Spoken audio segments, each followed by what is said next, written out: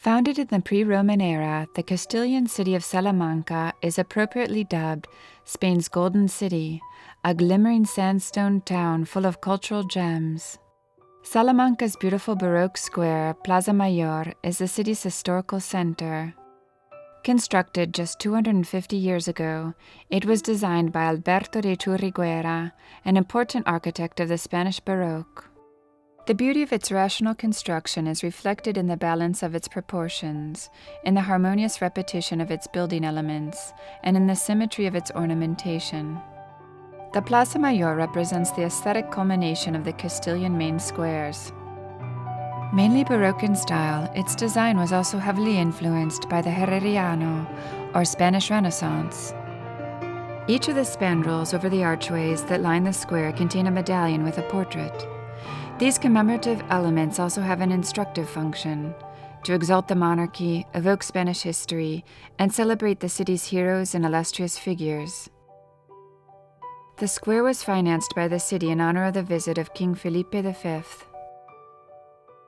Salamanca's little streets brim with history and life, adding to the city's charm. Plaza de Anaya, or Anaya Square, is dominated by the northern facade of the Cathedral Nueva, or New Cathedral. Originally built in the Gothic style, the cathedral's final appearance eventually included other styles, such as the Renaissance, reflecting the very long period, more than 200 years, over which it was built. Immediately adjoining the south side of the new cathedral is the Romanesque Old Cathedral of Santa Maria de la Sede, which is entered from the south aisle of the new cathedral. The Old Cathedral, one of the most splendid Spanish buildings of this period, was begun in about 1100 and was probably completed before 1200. The square that runs between the two cathedrals is known as the Patio Chico. The cathedral's exterior is heavily ornamented with Hispano-Flemish motifs commonly used in the time of the Catholic kings. Shields, floral motifs, and bas-relief sculptures depicting Christ's life. The Plateresque decoration deals with topics of daily life with irony and humor. The Plateresque was a widely diffused architectural style of Spain and its New World colonies from the late 15th and 16th centuries. The name, which comes from a comparison to the intricate work of silversmiths, came to be generically applied to late Gothic and early Renaissance Spanish architecture. It is characterized by minutely detailed relief ornament, derived from Moorish, Gothic, and Italian Renaissance sources, and applied with little regard for structure. The main facade, facing the Calle Cardenal Pla y Daniel, is in the flamboyant Gothic style and displays an amalgam of decoration. Two different reliefs adorn the tympanum, a nativity scene and the adoration of the Magi. A third relief depicts Christ on the cross. In a typically Spanish spirit of decoration, structure received a little emphasis, while doorways and other details were embellished with clusters of ornament against a foil of bare wall space.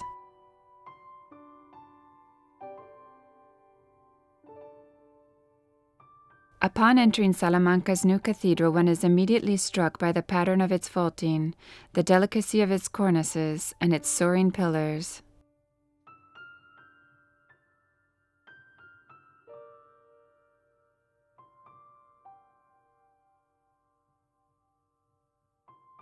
The decoration of the cathedral's interior is sumptuous and elegant. The choir and the tracotto, or retrochoir, the wall which encloses the choir, situated in the main nave, is by the early 18th century architect Alberto Churriguera.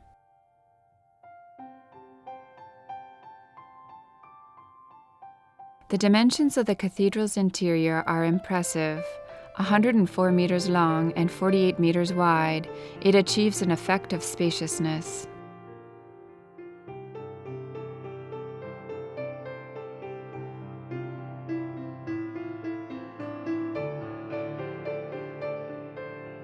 The 8 windows in the lantern are given added effect by a tympanum painted with scenes from the life of the Virgin from the 18th century. The dome above the high altar is painted in rich golds and vibrant colors, the work of Juan Motejo.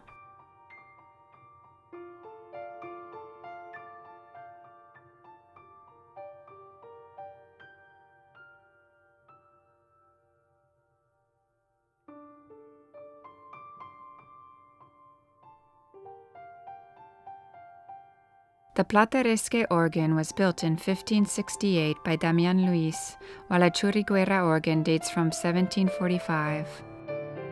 The building of the new cathedral reflects evolving ideas in urban development.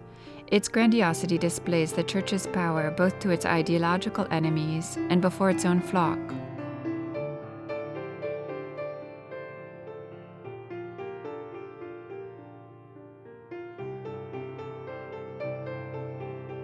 The altarpiece over the main altar in the old cathedral hosts one of Salamanca's most important pictorial works. Dating from 1445, it is the work of Nicolas Florentino.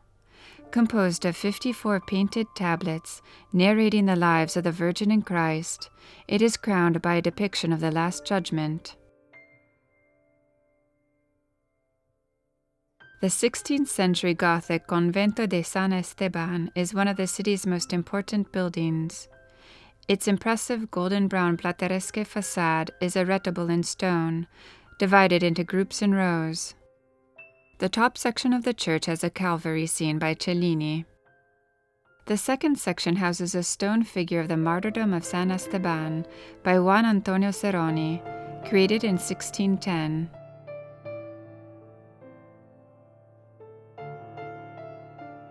The missions of the Dominican order reached the height of their powers in the 16th century. Even before the end of the Middle Ages, Portuguese Dominicans had rounded the Cape of Good Hope with explorers, founding missions in Africa, Goa, Ceylon, Siam, and Malacca.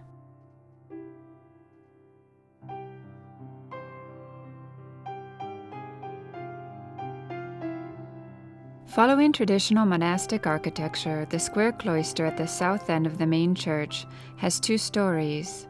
The lower story functions as a sort of screen with arched windows divided into 4 smaller arches by slender square columns. The cloister's inner courtyard is a splendid combination of the Gothic and Renaissance styles.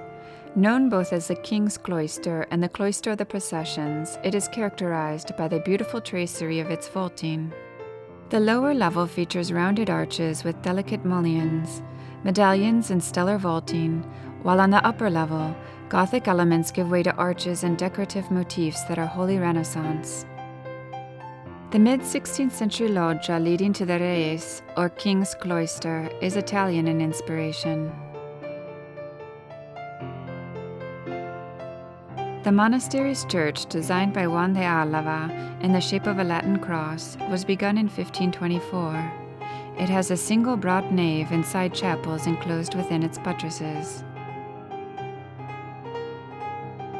Its gilded high altar from 1693 is one of the greatest works of the sculptor José de Churriguera, while the 3 side altars were designed by his pupils.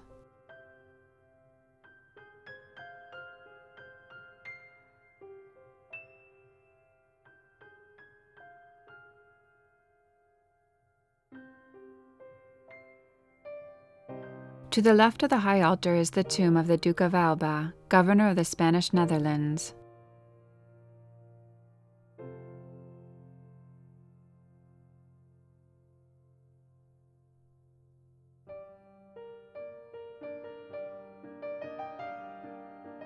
Its square lantern is set with large windows attributed to Juan de Ribero Rara.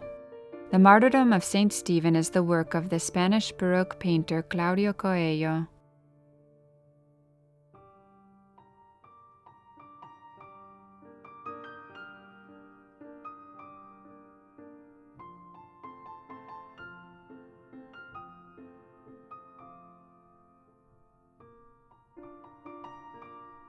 The west wall above the raised choir is adorned with a large fresco by Antonio Palomino, The Triumph of the Church, from 1705.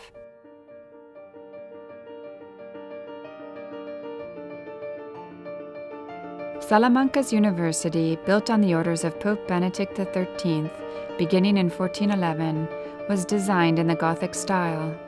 Its main facade was erected in 1529 between 2 buttresses, and is the archetype of the style that has become known as the Salamanca Plateresque. The Casa de las Conchas, or House of Shells, built in 1514, is a fine example of the secular Gothic style, with strong influences from Italian civic architecture. The Maldonada coat of arms appears on the walls and around the windows of the urban palace of Talavera Maldonado, a knight of the Order of Santiago. Maldonado had the facade of his house lavishly decorated with 300 scallop shells, the symbol of St. James.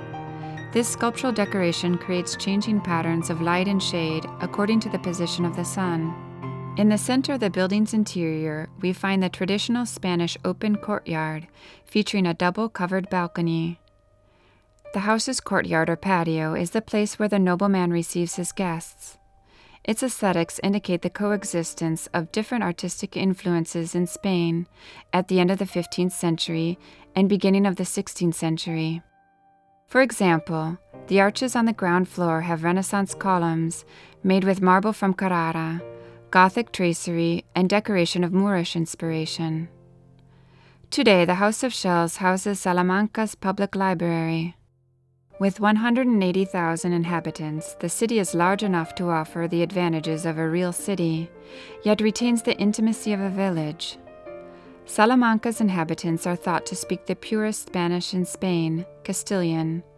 For this reason, Salamanca is an enormously popular destination for people all over the world who want to learn Spanish. Living in a veritable architectural wonderland, Salamancans, along with tourists and students, revel every day in the city's collection of Romanesque chapels, Plateresque facades, and Baroque plazas.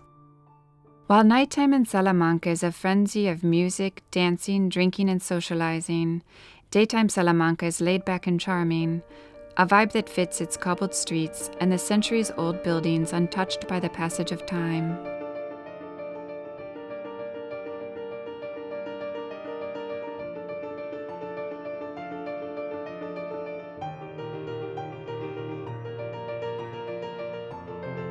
At night, the cathedrals can be seen from all over the city. Christianity made its first appearance in Salamanca with the decline of the Roman Empire and the arrival of the Visigoths, sometime before 600 AD. However, the massive Muslim invasion of Spain in the 8th century put a swift end to Visigoth power. The Muslim Empire enjoyed several hundred years of rule in Salamanca and its surroundings. Soon, however, Salamanca again piqued the interest of Christian powers, who proceeded to win, lose, and recuperate the city over and over again. The old city of Salamanca has been a UNESCO World Heritage Site since 1988.